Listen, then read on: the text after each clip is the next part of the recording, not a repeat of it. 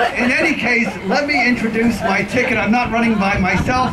There's a ticket here in Atlantic County with myself, Marybeth Bennett for State Senate, over here,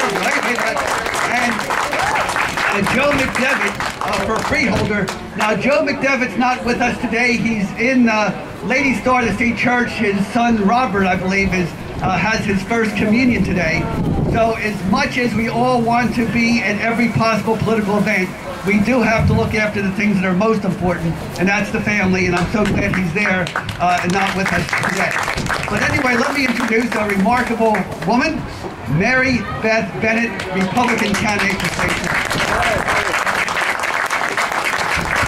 Hello, everyone. I'm glad that it was such a good turnout today. I started out as a wildlife rehabilitator. I used to take care of orphaned and injured wild birds. I went through the licensing process and realized that one of our government entities, the Division of Fish and Wildlife, was corrupt, which set me on a path. It's a long, cumbersome story I'm not going to get into. But as time went on and I talked to other people in different locations or when I went out with friends and family, I learned of other parts of government that were corrupt. And I thought about it, and I thought how that was wrong.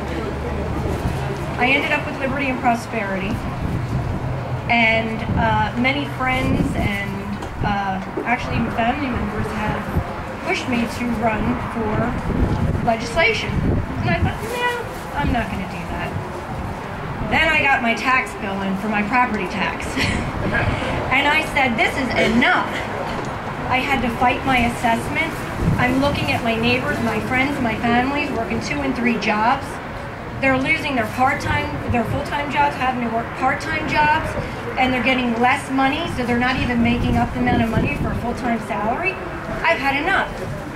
I listened to words that my father used to say, God rest his soul. He passed away in January '89. He was a veteran.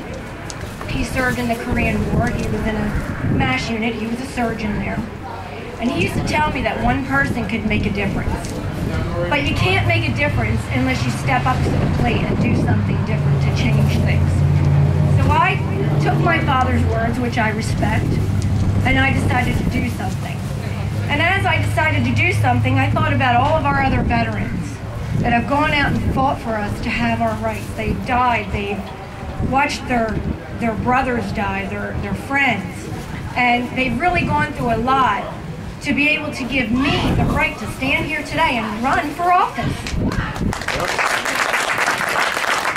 They also gave everyone else a right, and that is to vote. Many people don't come out on June 4th to vote in the primary. They're allowing other people to make decisions for them of the candidates that run. They have to remember what our veterans have been through, what we've done with this country, and honor that, and take that right and say, you're not going to decide for me. I'm going to step up to the plate and vote for who I feel is right. And I hope that all of you decide that the right candidate would be myself, Seth Grossman, Bob, Joe McDevitt, and let's make a difference. We've had given the right to take our God-given right, to take our state back. Let's take it back. It's our state. Who are these people? A small group of people that live off the fruits of our labor. That has to change, and we're going to do it together. All right.